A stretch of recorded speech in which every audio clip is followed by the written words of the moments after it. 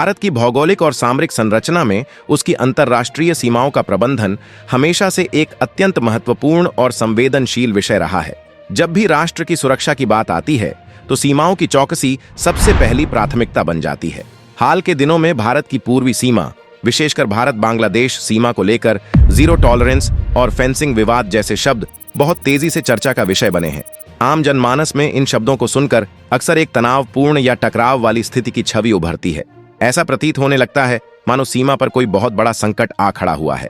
लेकिन क्या वास्तव में पूर्वी सीमा पर स्थिति वैसी ही है जैसा इन भारी भरकम शब्दों से प्रतीत होता है? इस वीडियो में हम भारत बांग्लादेश सीमा की भौगोलिक जटिलताओं, फेंसिंग से जुड़े तकनीकी नियमों, जीरो टॉलरेंस के वास्तविक अर्थ और सीमा सुरक्षा बल BSF की मुस्तैदी की जमीनी हकीकत का गहराई से विश्लेषण करेंगे। किसी भी सीमा विवाद या सुरक्षा नीति को समझने से पहले उस सीमा की भौगोलिक और ऐतिहासिक पृष्ठभूमि को समझना अत्यंत आवश्यक है। भारत और बांग्लादेश के बीच दुनिया की 5वीं सबसे लंबी अंतर्राष्ट्रीय सीमा है, जिसकी कुल लंबाई लगभग 4096 किलोमीटर है। यह सीमा भारत के 5 राज्यों पश्चिम बंगाल, असम, मेघालय, त्रिपुरा और मिजोरम से होकर गुजरती है। इस सीमा की सबसे बड़ी चुनौती इसकी भौगोलिक विविधता है। यह सीमा केवल समतल मैदानों तक सीमित नहीं है, बल्कि इसमें घने जंगल, दलदली इलाके, ऊंची पहाड़ियां और सबसे महत्वपूर्ण रूप से नदियां शामिल हैं। कई स्थानों पर तो नदियां ही अंतर्राष्ट्रीय सीमा का निर्धारण करती हैं। बरसात के मौसम में जब इन नदियों का जलस्तर बढ़ता है तो भौगोलिक परिदृश्य पूरी तरह से बदल जाता है, जिससे सीमा की निगरानी करना एक अत्यंत कठिन और चुनौतीपूर्ण कार्य बन जाता है। इसके अलावा इस सीमा की एक अनूठी विशेषता यह भी है कि सीमा रेखा के बेहद करीब घनी आबादी वाले गांव बसे हुए हैं। कई जगह तो स्थिति ऐसी है कि किसी का घर भारत में है तो उसके खेत बांग्लादेश की सीमा में आते हैं। इतनी जटिल और घनी आबादी वाली सीमा का प्रबंधन करना दुनिया के किसी भी सुरक्षा बल के लिए एक बहुत बड़ी चुनौती है। फेंसिंग विवाद की जड़ तक पहुंचने के लिए हमें इतिहास के पन्नों को थोड़ा पीछे पलटना होगा। 1971 में बांग्लादेश के निर्माण के बाद भारत और बांग्लादेश के बीच शांति और सहयोग स्थापित करने के लिए कई समझौते हुए। सीमा प्रबंधन को सुचारू रूप से चलाने के लिए 1975 में दोनों देशों के बीच एक महत्वपूर्ण दिशा निर्देश तय किया गया था। इस दिशा निर्देश के तहत एक नियम बनाया गया कि अंतर्राष्ट्रीय सीमा रेखा, जिसे जीरो लाइन कहा जाता है, के 150 गज के दायरे में कोई भी देश किसी भी प्रकार का स्थायी रक्षात्मक ढांचा या बाढ़ का निर्माण नहीं करेगा। यह नियम इसलिए बनाया गया था ताकि सीमा पर किसी भी प्रकार के सैन्य तनाव या गलतफहमी से बचा जा सके और दोनों देशों के सीमा सुरक्षा बलों के बीच एक सुरक्षित बफर जोन बना रहे। सैद्धांतिक रूप से यह नियम बहुत अच्छा है, लेकिन जब इसे जमीनी स्तर पर लागू करने की बात आती है तो कई व्यावहारिक समस्याएं उत्पन्न होती हैं। फेंसिंग विवाद का असली कारण क्या है? आजकल जिसे फेंसिंग विवाद का नाम दिया जा रहा है वह वास्तव में कोई नया या अचानक उत्पन्न हुआ राजनीतिक टकराव नहीं है, बल्कि यह एक विशुद्ध तकनीकी और भौगोलिक समस्या है। जैसा कि पहले बताया गया है, 150 गज का नियम स्थायी है, लेकिन सीमा का भूगोल स्थायी नहीं है। कई बार ऐसी परिस्थितियां उत्पन्न हो जाती हैं जहां सीमा सुरक्षा बल को जीरो लाइन के 150 गज के भीतर बाड़ लगानी पड़ती है। इसके मुख्य कारण निम्नलिखित हैं। नदियों का कटान। पूर्वी सीमा पर बहने वाली नदियां अक्सर अपना रास्ता बदलती रहती हैं। कई बार 150 गज के दायरे की जमीन नदी के कटान में बह जाती है, जिसके कारण बाढ़ को थोड़ा आगे या पीछे खिसकाना तकनीकी रूप से मजबूरी बन जाता है। सीमावर्ती गांवों की सुरक्षा। कई भारतीय गांव जीरो लाइन के बिल्कुल पास बसे हुए हैं। अगर 150 गज के नियम का सख्ती से पालन करते हुए बाड़ लगाई जाए तो वे भारतीय गांव बाढ़ के उस पार, यानी बाढ़ और अंतर्राष्ट्रीय सीमा के बीच रह जाएंगे। इससे उन नागरिकों की सुरक्षा और उनके दैनिक जीवन, खेती, स्कूल जाना आदि में भारी दिक्कतें आती हैं। अपने नागरिकों की सुरक्षा सुनिश्चित करने के लिए BSF को कई बार जीरो लाइन के करीब बाड़ लगानी पड़ती है। घने जंगल और दलदल। कुछ इलाकों में 150 गज की दूरी पर दलदली जमीन या घने जंगल होते हैं, जहां बाढ़ के खंभे गाड़ना या निर्माण कार्य करना भौतिक रूप से असंभव होता है। जब भी BSF इन व्यावहारिक कारणों से 150 गज के भीतर बाड़ लगाने का काम शुरू करती है तो बॉर्डर गार्ड बांग्लादेश BGB 1975 के समझौते का हवाला देते हुए तकनीकी आपत्ति जताती है और काम को रोकने का अनुरोध करती है। इसे ही बढ़ा चढ़ाकर फेंसिंग विवाद कहा जाता है। जीरो टॉलरेंस का वास्तविक अर्थ इस पूरे घटनाक्रम में दूसरा सबसे चर्चित शब्द जीरो टॉलरेंस है। अक्सर इस शब्द का गलत अर्थ निकाला जाता है। भारत सरकार और BSF की पूर्वी सीमा पर जीरो टॉलरेंस की नीति का मतलब किसी पड़ोसी देश के खिलाफ आक्रामकता दिखाना बिल्कुल नहीं है। इसका वास्तविक अर्थ सीमा पार से होने वाले अपराधों के खिलाफ सख्त प्रशासनिक और कानूनी कार्रवाई से है। भारत बांग्लादेश सीमा लंबे समय से कुछ विशिष्ट प्रकार के अवैध कार्यों के लिए संवेदनशील रही है। इनमें शामिल हैं मवेशियों की तस्करी। यह पूर्वी सीमा की सबसे बड़ी समस्याओं में से एक रही है। तस्कर नदियों और घने जंगलों का फायदा उठाकर मवेशियों को सीमा पार ले जाने का प्रयास करते हैं। नशीले पदार्थों और प्रतिबंधित दवाओं की तस्करी, फेंसिडिल जैसी कफ सिरप और अन्य नशीले पदार्थों की तस्करी इस सीमा पर एक बड़ी चुनौती है। अवैध घुसपैठ और मानव तस्करी, आर्थिक कारणों या अन्य वजहों से सीमा पार से होने वाली अवैध घुसपैठ को रोकना सुरक्षा बलों की प्रमुख जिम्मेदारी है। जाली मुद्रा, अर्थव्यवस्था को नुकसान पहुंचाने के लिए नकली नोटों की तस्करी का प्रयास भी तस्करों द्वारा किया जाता है। जीरो टॉलरेंस का सीधा सा अर्थ यह है कि बीएसएफ इन तस्करों, घुसपैठियों और राष्ट्र विरोधी तत्वों के खिलाफ कोई भी नरमी नहीं बरतेगी। जो भी व्यक्ति इन अवैध गतिविधियों में लिप्त पाया जाएगा, उसके खिलाफ सख्त से सख्त कानूनी कार्रवाई की जाएगी। यह नीति विशुद्ध रूप से अपराध को खत्म करने और राष्ट्रीय सुरक्षा को मजबूत करने के लिए है। बीएसएफ का पेशेवर रवैया, फ्लैग मीटिंग और कूटनीतिक समाधान सीमा सुरक्षा बल को दुनिया के सबसे अनुशासित, पेशेवर और मुस्तैद सीमा रक्षक बलों में गिना जाता है। जब भी फेंसिंग को लेकर या सीमा पर गश्त के दौरान बीजीबी बांग्लादेश के साथ कोई असहमति या तकनीकी विवाद उत्पन्न होता है, तो बीएसएफ अत्यंत परिपक्वता और कूटनीतिक सूझबूझ का परिचय देती है। ऐसे मामलों को सुलझाने के लिए स्थापित प्रोटोकॉल का पालन किया जाता है, जिसे फ्लैग मीटिंग कहा जाता है। स्थानीय स्तर की वार्ता, जब भी बाड़ लगाने के काम पर आपत्ति आती है, तो स्थानीय बीएसएफ कमांडर और बीजीबी कमांडर तुरंत एक फ्लैग मीटिंग बुलाते हैं। नक्शों और संधियों का अध्ययन, इस बैठक में पुराने नक्शों, जमीनी हकीकत और 1975 के समझौते की शर्तों का अध्ययन किया जाता है। शांतिपूर्ण समाधान, दोनों बल आपसी सहमति से एक ऐसा रास्ता निकालते हैं जिससे समझौते का भी पालन हो और सुरक्षा से भी कोई समझौता न करना पड़े।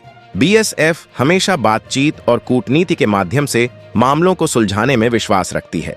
बीएसएफ रेडी टू रिप्लाई का मतलब यह है कि बल अपनी सीमाओं की सुरक्षा करने, तस्करों को विफल करने और अपने नागरिकों की रक्षा करने के लिए पूरी तरह से मुस्तैद और सक्षम है, लेकिन यह जवाब हमेशा पेशेवर और स्थापित नियमों के दायरे में होता है। भारत बांग्लादेश सीमा प्रबंधन की एक और सबसे महत्वपूर्ण विशेषता गैर घातक हथियारों का उपयोग है। दोनों देशों के गहरे और मैत्रीपूर्ण संबंधों को ध्यान में रखते हुए भारत सरकार ने बीएसएफ को यह निर्देश दिया है कि सीमा पर तस्करों या घुसपैठियों को रोकते समय जब तक सुरक्षा बलों की अपनी जान पर कोई गंभीर खतरा न हो, तब तक घातक हथियारों जैसे गोलियों का उपयोग करने से बचा जाए। इसके बजाय BSF stun grenade, rubber bullet और पंप एक्शन गन जैसे गैर घातक हथियारों का इस्तेमाल करती है। इसका उद्देश्य केवल अपराध को रोकना है। यह मानवीय दृष्टिकोण इस बात का प्रमाण है कि भारत अपने पड़ोसी देश की जनता के जीवन का सम्मान करता है और सीमा प्रबंधन में अत्यधिक संयम और परिपक्वता से काम लेता है। CIBMS प्रणाली, जहां बाड़ लगाना संभव नहीं है, जैसे नदियों और दलदली इलाकों में, वहां बीएसएफ अब व्यापक एकीकृत सीमा प्रबंधन प्रणाली CIBMS comprehensive integrated border management system का उपयोग कर रही है। यह एक प्रकार की अदृश्य बाड़ या स्मार्ट फेंसिंग है। इसमें laser wall, infrared sensor, thermal imager, radar और एरोस्टेट कैमरे, हवा में उड़ने वाले गुब्बारे के कैमरे का उपयोग किया जाता है।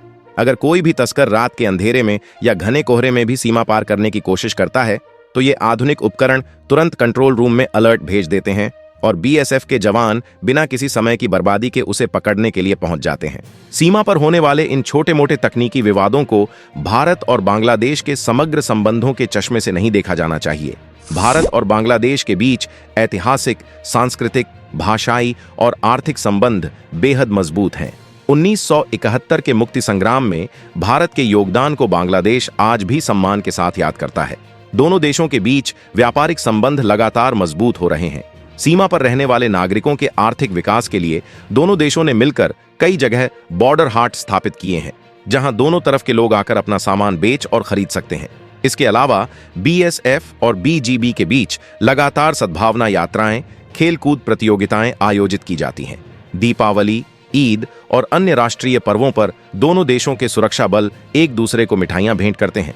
यह सब दर्शाता है कि दोनों देशों के बीच शत्रुता नहीं, बल्कि एक परिपक्व और सहयोगी साझेदारी है। जब हम सीमा सुरक्षा की बात करते हैं, तो अक्सर हमारा ध्यान केवल वर्दीधारी जवानों, कटीले तारों और हथियारों तक सीमित रह जाता है। लेकिन इस अभेद्य सुरक्षा चक्र का एक और अत्यंत महत्वपूर्ण हिस्सा हमारे सीमावर्ती गांव और वहां रहने वाले नागरिक हैं। भारत की पूर्वी सीमा पर बसे ये समुदाय वास्तव में देश की दूसरी रक्षा पंक्ति के रूप में कार्य करते हैं। इनका दैनिक जीवन बहुत ही चुनौतीपूर्ण होता है। कई बार खेतों में काम करते हुए या अपने पशुओं को चराते हुए अनजाने में सीमा रेखा के करीब पहुंच जाना आम बात है। ऐसे में बीएसएफ का काम केवल सीमा की रक्षा करना ही नहीं, बल्कि इन नागरिकों के जीवन को सुरक्षित और सामान्य बनाए रखना भी है। बीएसएफ इन दूर दराज के इलाकों में लगातार सिविक एक्शन प्रोग्राम चलाती है, जिसके तहत मुफ्त चिकित्सा शिविर, स्कूलों के लिए बुनियादी ढांचे का निर्माण और युवाओं के लिए खेल कूद का आयोजन किया जाता है। इससे सुरक्षा बलों और स्थानीय नागरिकों के बीच गहरा विश्वास स्थापित होता है, जो किसी भी बाहरी घुसपैठ या तस्करी की सूचना सबसे पहले बलों तक पहुंचाने में मदद करता है। शांतिपूर्ण सीमा प्रबंधन का सीधा लाभ इन्हीं नागरिकों को मिलता है। भारत और बांग्लादेश के बीच परिपक्व सीमा प्रबंधन का सबसे बड़ा और सकारात्मक प्रभाव दोनों देशों की आर्थिक प्रगति में दिखाई देता है। सीमा पर स्थिरता के कारण ही बॉर्डर हाट जैसी अनूठी पहल जमीनी स्तर पर सफल हो पाई है। ये बॉर्डर हाट केवल व्यापार के केंद्र नहीं है, बल्कि ये दोनों देशों के आम लोगों को जोड़ने वाले मजबूत सांस्कृतिक और आर्थिक सेतु हैं। यहाँ दोनों तरफ के छोटे किसान, कारीगर और व्यापारी बिना किसी अंतर्राष्ट्रीय वीजा या पासपोर्ट की जटिलताओं के अपने स्थानीय उत्पादों का लेन देन कर सकते हैं। इससे न केवल सीमावर्ती इलाकों की गरीबी दूर हो रही है, बल्कि लोगों में एक दूसरे के प्रति सद्भावना भी बढ़ रही है।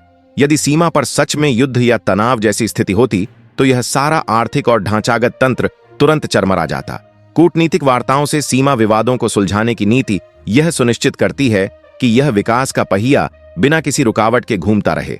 जैसे जैसे समय बदल रहा है, वैसे वैसे सीमा पार होने वाले अपराधों का तरीका भी बदल रहा है। आज के समय में तस्कर और राष्ट्र विरोधी तत्व भी आधुनिक तकनीक का सहारा ले रहे हैं, जैसे कि मादक पदार्थों की तस्करी के लिए सीमा पार से ड्रोन का उपयोग करना। ऐसे में भारतीय सुरक्षा बलों ने भी खुद को एक अत्यधिक आधुनिक और उन्नत बल में बदल लिया है। स्मार्ट फेंसिंग के अलावा अब भारतीय सीमाओं पर कृत्रिम बुद्धिमत्ता, आर्टिफिशियल इंटेलिजेंस (AI) का उपयोग भी तेजी से बढ़ रहा है।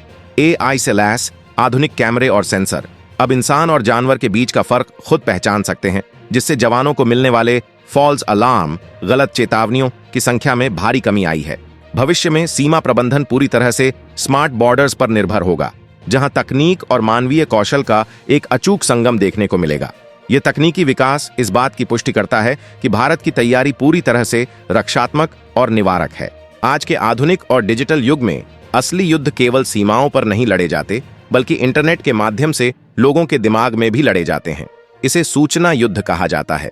हाल के दिनों में पूर्वी सीमा को लेकर जो तनावपूर्ण और भ्रामक खबरें फैलाई गई हैं, वे इसी खतरनाक सूचना युद्ध का हिस्सा हैं। कुछ निहित स्वार्थ वाले तत्व, असामाजिक समूह या महज कुछ आर्थिक लाभ कमाने वाले मंच एक छोटी सी प्रशासनिक घटना जैसे फेंसिंग को लेकर तकनीकी आपत्ति को बढ़ा चढ़ाकर एक अंतर्राष्ट्रीय संकट के रूप में पेश करते हैं। उनका मुख्य उद्देश्य समाज में डर, अनिश्चितता और भ्रम का माहौल पैदा करना होता है। जब आम नागरिक बिना तथ्यों की जांच किए इन भ्रामक खबरों पर विश्वास कर लेते हैं, तो वे अनजाने में ही ऐसे तत्वों के मंसूबों को सफल बना देते हैं। राष्ट्रीय सुरक्षा से जुड़े संवेदनशील विषयों पर इस तरह की आधारहीन खबरें न केवल देश के नागरिकों को गुमराह करती हैं, बल्कि अंतर्राष्ट्रीय स्तर पर देश की परिपक्व छवि को भी प्रभावित कर सकती हैं। लोकतंत्र में राष्ट्रीय सुरक्षा केवल सेना या सरकार का दायित्व नहीं है। इसमें देश के हर नागरिक की एक अहम भूमिका होती है। एक जागरूक और जिम्मेदार नागरिक के रूप में हमारा यह प्रथम कर्तव्य है कि हम सुरक्षा बलों की कार्यप्रणाली और उनके पेशेवर रवैये पर पूरा भरोसा रखें। बीएसएफ के जवान अपना घर परिवार छोड़कर दलदली मच्छरों, बारिश और घने जंगलों के बीच हमारी रक्षा के लिए मुस्तैद खड़े हैं। हमें समाचारों को पढ़ते या देखते समय आलोचनात्मक सोच विकसित करनी होगी। किसी भी संवेदनशील खबर की पुष्टि हमेशा आधिकारिक सरकारी बयानों, रक्षा मंत्रालयों की प्रेस विज्ञप्तियों या विश्वसनीय समाचार माध्यमों से ही करनी चाहिए। अफवाहों को रोकना और सत्य को बढ़ावा देना भी आज के समय में एक प्रकार की राष्ट्र सेवा ही है। हमें यह गहराई से समझना होगा कि ऐसी भ्रामक जानकारियों का उद्देश्य केवल लोगों का ध्यान खींचना नहीं होता, बल्कि यह समाज के मनोबल को कमजोर करने का एक छिपा हुआ प्रयास भी हो सकता है। जब हम बिना सोचे समझे डर और घबराहट फैलाने वाली अफवाहों पर विश्वास कर लेते हैं, तो हम अनजाने में देश के भीतर अस्थिरता पैदा करते हैं। हमारे सुरक्षा बल, विशेषकर सीमा सुरक्षा बल (BSF) के जवान अपने घर परिवार से दूर हर मौसम की मार सहते हुए हमारी सीमाओं की अटूट सुरक्षा कर रहे हैं। वे अपना कर्तव्य पूरी निष्ठा से निभा रहे हैं। अब हमारी बारी है कि हम एक जिम्मेदार नागरिक का फर्ज निभाएं। इंटरनेट पर मिलने वाली हर जानकारी को सच मानकर घबराने के बजाय धैर्य रखें और तथ्यों की गहराई तक जाएं। असली देशभक्ति केवल सीमा पर खड़े रहने में नहीं है, बल्कि देश के भीतर शांति, सद्भाव और सच्चाई को बनाए रखने में भी है। अंततः सीमा पर युद्ध या भारी तनाव के दावे पूरी तरह से भ्रामक और निराधार अफवाहें हैं। फेंसिंग से जुड़े विवादों को दोनों देश फ्लैग मीटिंग्स के जरिए शांतिपूर्वक सुलझा रहे हैं। दोस्तों, अगर आपको यह डीप रिसर्च पसंद आई हो तो वीडियो को लाइक और शेयर जरूर करें। ऐसी ही सच्ची और सटीक खबरों के लिए चैनल को सब्सक्राइब करके बेल आइकन दबाएं। जय हिंद।